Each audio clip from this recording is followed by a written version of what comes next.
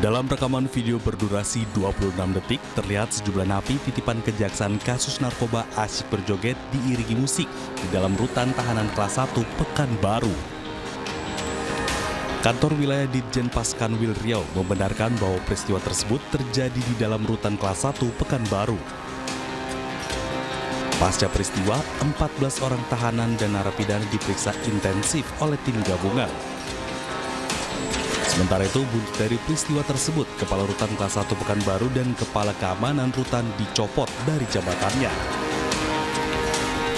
Sudah menarik Kepala Rutan Pekanbaru beserta KPR-nya untuk diperiksa di kantor wilayah, dan yang mereka berdua sudah saya bebas tugaskan. Yang diperiksa baru narapidana sebanyak 14 orang. Karena yang bertanggung jawab itu adalah Pak Karutan dan KPR, Kepala Keamanan, juga harus mempertanggungjawabkan itu dan kita periksa, sementara mereka berdua bebas. Sementara itu, pihak kantor wilayah Ditjen Pemasyarakatan Riau kini tengah melakukan penyelidikan terkait narkoba yang didapat oleh para napi. Dari Pekanbaru, Riau, Indra Yoserizal, iNews melaporkan. Kami awali iNews Prime malam hari ini dari Jakarta. Pemirsa, tumpukan sampah yang berada di kolong tol Papanggo, Tanjung Priok, Jakarta Utara terbakar. Api yang berkobar hebat muncul dari sela-sela jalan tol, membuat para pengendara tidak berani melintas hingga menimbulkan kemacetan panjang. Dimonitor kemana? Dimonitor. Tambah api udah menjalar hampir ke rumah warga, Komandan.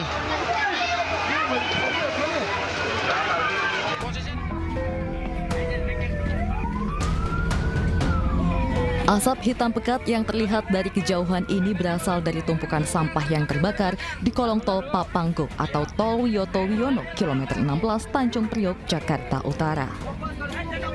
Api berkobar dari celah-celah jalan tol sehingga para pengendara mobil yang tengah melintas dari arah Ancol menuju Kelapa Gading maupun sebaliknya tidak berani melintas sehingga menimbulkan kemacetan panjang.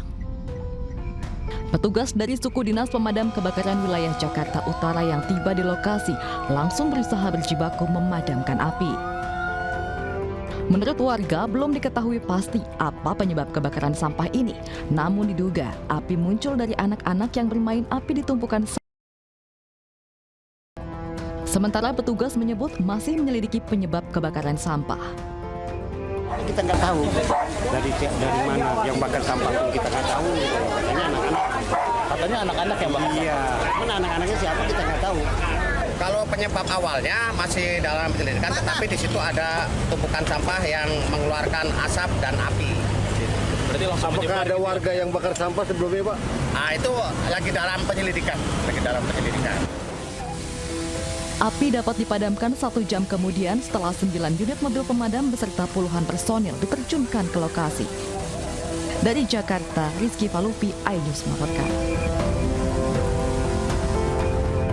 Seorang juru parkir liar meronta hingga harus digendong paksa oleh polisi karena menolak ditangkap saat menjaga lahan parkir di Pasar Tanah Abang, Jakarta Pusat. Rahasia ini digelar menyusul viralnya video seorang pengunjung yang terkejut diminta tarif sebesar Rp60.000 untuk jasa parkir liar.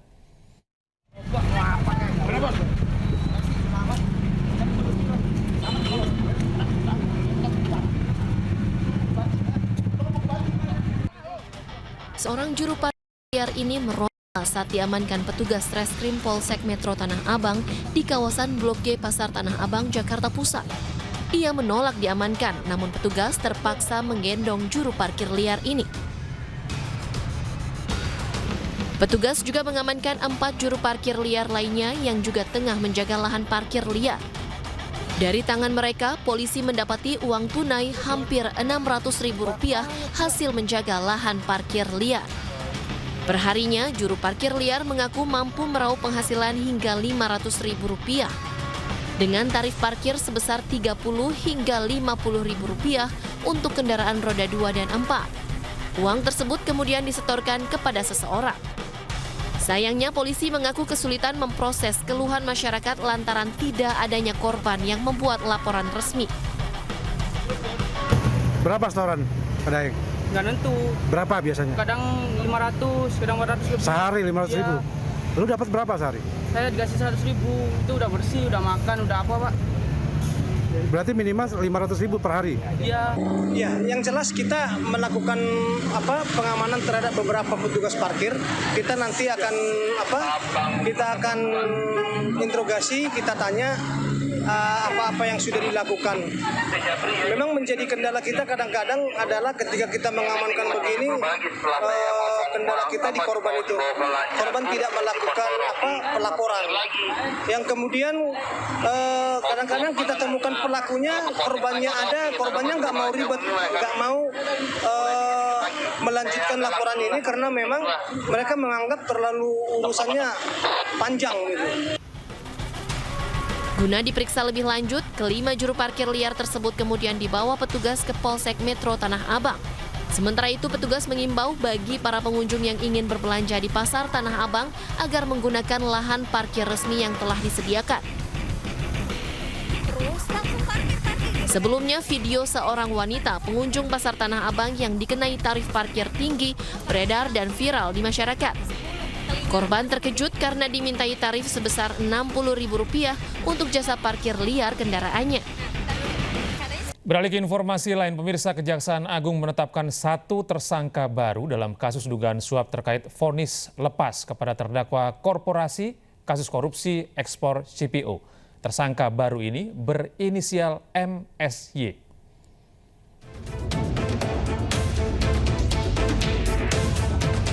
Kejaksaan Agung kembali menetapkan 1 tersangka baru dalam kasus dugaan suap terkait vonis lepas kepada terdakwa korporasi kasus korupsi ekspor CPO. Tersangka baru berinisial MSY yang merupakan Social Security Legal Wilmar Group. MSY ditahan selama 20 hari ke depan di Rutan Salemba, Jakarta. Selain menetapkan tersangka baru, Kejagung juga telah melakukan penggeledahan di 3 lokasi dan menyita 2 mobil mewah. Keterangan saksi dan dokumen baik yang diperoleh pada hari ini maupun 2 hari yang lalu, penyidik menyimpulkan telah ditemukan 2 alat bukti yang cukup sehingga pada malam ini menetapkan 1 orang tersangka atas nama MSY.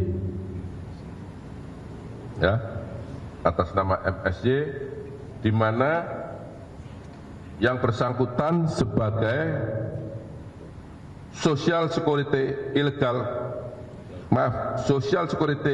Legal Wilmar Group.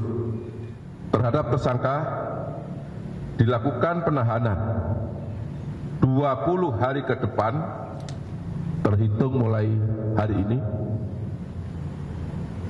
di Rutan Salemba, Cabang Kejaksaan Agung Republik Indonesia berdasarkan surat penahanan nomor 28 tanggal 15 April 2025. Dengan demikian, Kejagung saat ini telah menetapkan sebanyak 8 tersangka dalam skandal suap vonis lepas kasus minyak goreng. Ketujuh tersangka sebelumnya terdiri dari 4 hakim, 1 panitera, dan 2 pengacara. Dari Jakarta, Tim Liputan iNews melaporkan. Pemirsa, 4 hakim yang terjerat suap kasus ekspor minyak goreng pernah menjadi sorotan publik saat menangani kasus-kasus besar. Mulai dari sidang kasus KM50, pembunuhan Brigadir Yosua, penyiraman penyidik KPK Novel Baswedan, hingga kasus yang menjerat petinggi FPI Rizik Sihab.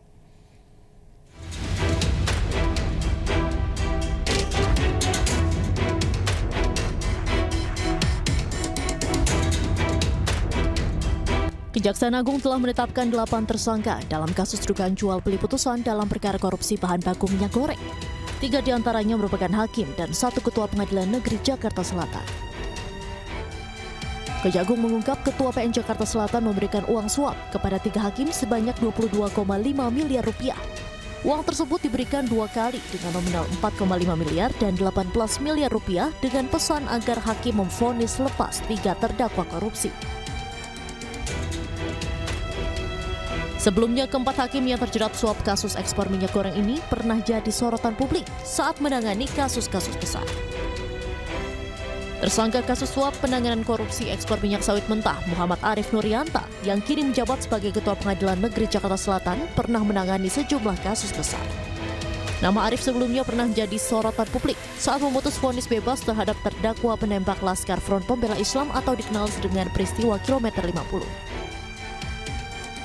Selain itu, Arif juga pernah menjatuhkan vonis bebas terhadap selebritas Ashanti pada 2019 dalam kasus pencemaran nama baik senilai 14,3 miliar.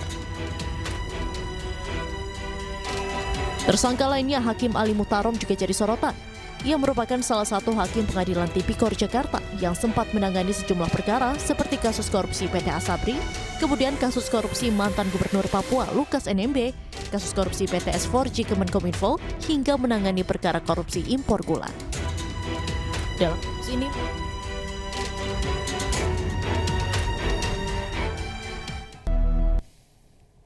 terima kasih Anda masih bersama kami di iNews Prime. Pemirsa, Kepolisian Resort Garut melakukan pendalaman kasus dokter kandungan yang diduga mencabuli pasien di salah satu klinik swasta di Garut, Jawa Barat.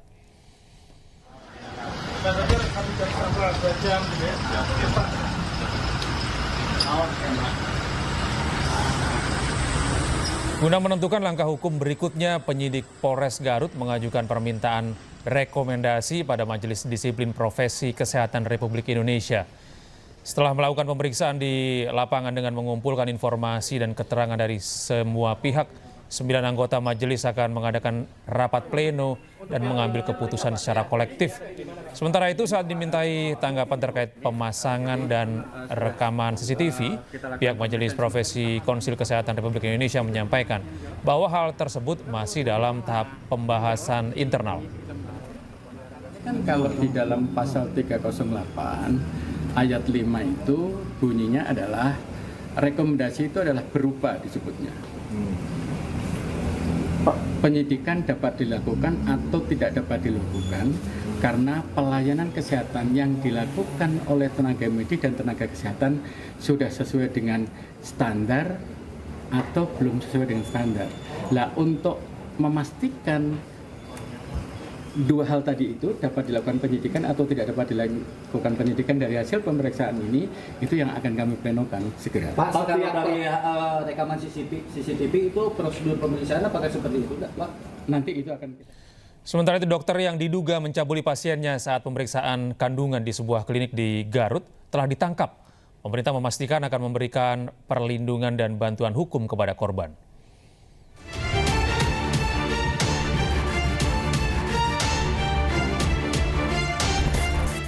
Dokter yang diduga mencabuli pasiennya saat pemeriksaan kandungan berhasil ditangkap jajaran Polres Garut, Jawa Barat. Pelaku pun langsung diperiksa intensif oleh Unit Perlindungan Perempuan dan Anak Satreskrim Polres Garut. Hingga kini ada 2 korban yang sudah melaporkan perbuatan pelaku. Kebetulan pelapor ini datang, dengan adanya viral itu, ada salah satu korban yang datang ke kantor untuk melaporkan perbuatan yang bersangkutan. Ya, akhirnya kita terima dan kita dalamin atas laporan tersebut dan kita sudah amankan. Yang jelas kita sudah amankan untuk diduga pelaku sudah kita amankan, dan kita untuk dokter inisial MSF ini sudah kita amankan di Polres Garut dan saat ini dalam pemeriksaan intensif. Sementara itu, sebelum penangkapan, polisi sempat mendatangkan klinik tempat pelaku beraksi. Namun pelaku sudah tidak lagi bekerja di klinik ini. Polres Garut pun hingga kini terus membuka posko pengaduan dan meminta masyarakat yang menjadi korban untuk melapor. Pemerintah pun akan terus memberikan perlindungan dan bantuan hukum kepada korban.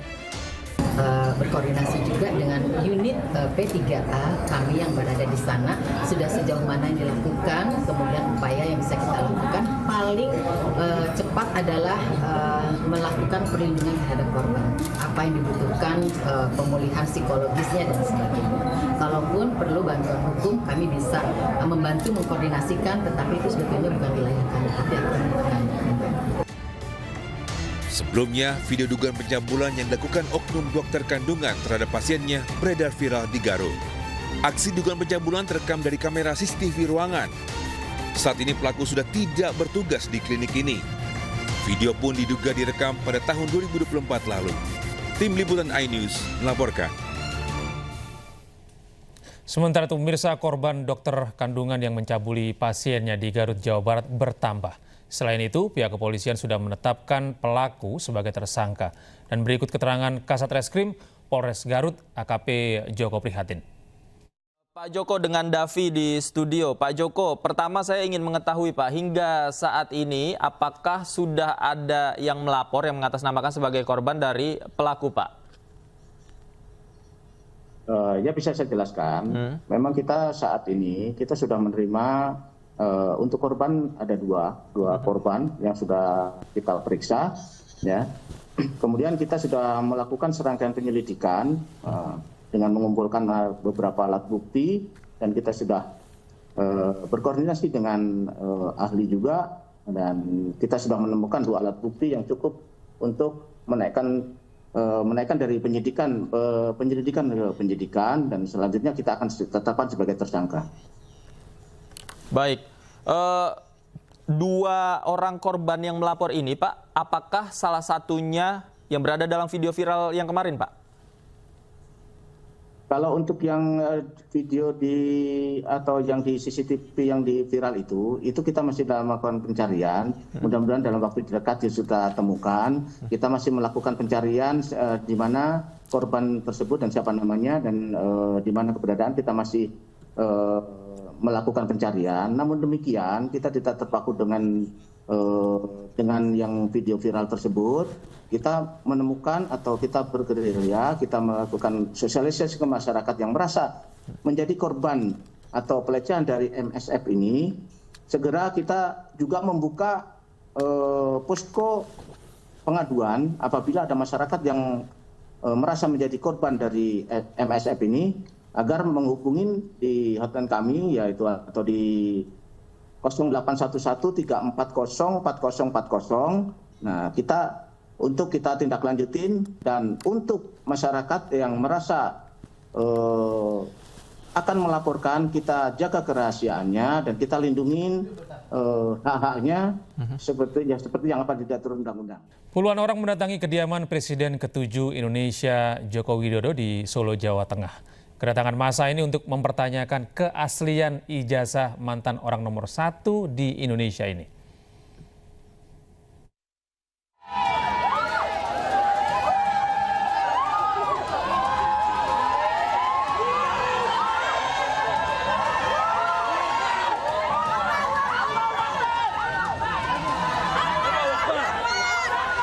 Puluhan warga dari tim pembela ulama dan aktivis berdemonstrasi di depan kediaman Presiden ke-7 Indonesia Joko Widodo di Solo, Jawa Tengah untuk mengklarifikasi keaslian ijazah mantan orang nomor 1 di Indonesia tersebut. Massa sempat bertahan di depan pintu masuk kediaman Joko Widodo meski berbarengan dengan ratusan orang yang sedang antre untuk berfoto bersama Joko Widodo. Joko Widodo pun memberi kesempatan kepada perwakilan pendemo untuk berdialog di dalam rumahnya. Namun perwakilan pendemo menyebut tidak mendapatkan jawaban yang memuaskan. Ketemu Pak Jokowi, Pak? Ketemu ya. Terus gimana Pak? Ketemu Barusan Pak Jokowi dan Pak Jokowi kita minta satu silaturahmi dan yang kedua adalah ya beliau kita minta berkenan untuk bisa menunjukkan ijazah aslinya baik itu SD, SMP, SMA atau khususnya karena baru kita dari UGM ya S1 UGM tidak ditunjukkan. Beliau tidak mengembalikan pengadilan. Kalau pengadilan langkah apa TPUA setelah ini? Hah? Langkah TPUA ya itu tadi itu soal gugatan keterbukaan informasi publik. Satu KIP kan. Jadi diminta nantinya dibuka dong. Sebenarnya yang kita butuhkan rakyat atau masyarakat ini adalah bagaimana sebenarnya masa 10 tahun gitu kan menjabat sebagai presiden tidak bisa sesuatu tadi juga keluar tuh ini sederhana loh. Ya itu sederhana gitu, seandainya dikeluarkan saja kepada masyarakat ini loh gitu kan ijazah asli saya, selesai. Nanti soal pengujian atau verifikasi itu urusan yang lain gitu kan, sebetulnya itu.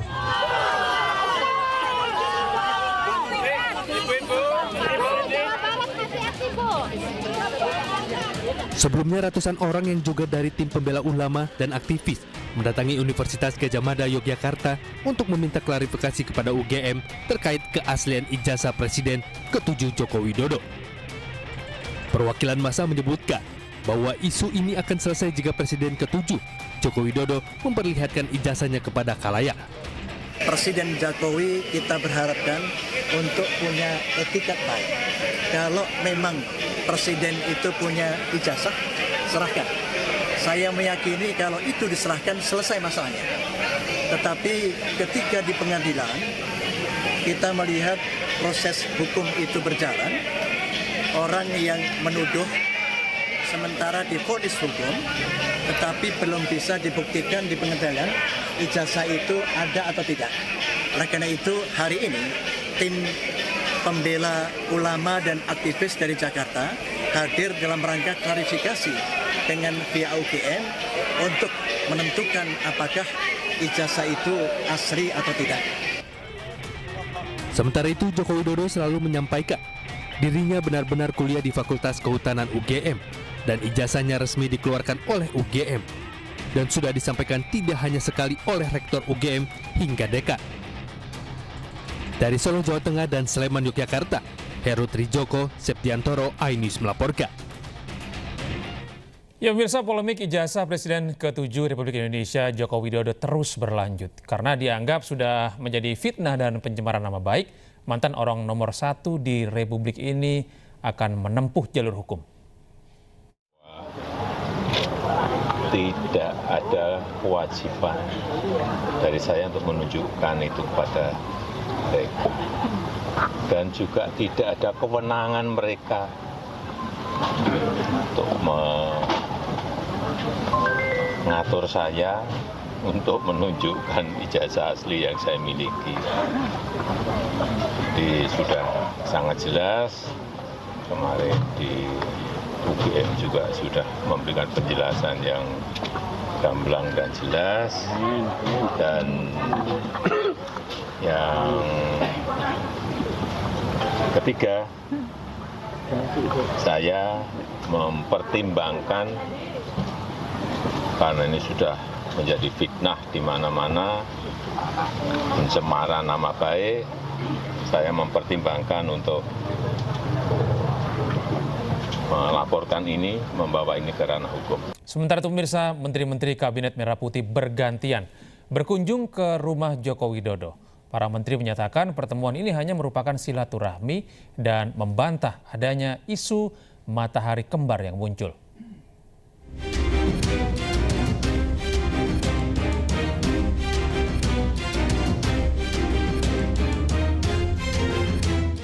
Meski tak lagi menjabat, Presiden ke-7 RI Joko Widodo masih dikelilingi sejumlah pejabat di pemerintahan Prabowo Gibran. Bertajuk silaturahmi, sederet menteri berdatangan ke rumah Jokowi di Solo, Jawa Tengah. Di antaranya Menteri Koordinator Bidang Pangan Zulkifli Hasan, Menteri ESDM Bahlil Lahadalia, Menteri Kelautan dan Perikanan Sakti Wahyu Trenggono, Menteri Kesehatan Budi Gunadi Sadikin, hingga Ketua Dewan Ekonomi Nasional Luhut Binsar Panjaitan. Eksistensi pengaruh Jokowi terungkap setelah sejumlah menteri masih menganggap Jokowi sebagai pemimpin. Silaturahim sama bekas bos saya, sekarang masih bos saya. Apa aja Pak yang diobrolin Pak? Ya, kesehatan dan sebagainya. Saya sehat, beliau sehat, dan minta arahan-arahan. Banyak sekali saya harus belajar dulu. Apa aja Pak arahannya Pak? Ya, arahan untuk kemajuan dalam memimpin KKP. Silaturahmi karena Pak Jokowi kan bos saya, jadi saya sama Ibu silaturahmi, mohon maaf lahir dan batin, dan juga doain supaya Pak Presiden Bapak Ibu sehat, karena sudah masih jadi Menteri Kesehatan kan. Kalau Pak Jokowi sehat kayak gini, kita senang. Apalagi kalau Pak Jokowi nanti umurnya sampai 80, 90, 100, insya Allah kita lebih senang lagi. Artinya Menteri Kesehatannya sehat sih. Fenomena banyaknya Menteri Kabinet Merah Putih yang sowan ke Jokowi menimbulkan beragam tafsir. Apalagi silaturahmi dilakukan saat Presiden Prabowo melawat ke 5 negara di Timur Tengah. Politisi PKS Mardani Alisera menyebut bahwa silaturahmi merupakan hal yang baik, namun ia mewanti-wanti terjadinya matahari kembar. Namun Menteri ESDM Bahlil Lahadalia membantah pernyataan Mardhani Alisera. Bahlil menyatakan bahwa semua Menteri Kabinet Merah Putih berada di bawah komando Presiden Prabowo. Jangan lagi ada pertanyaan tentang konsolidasi ke yang lain.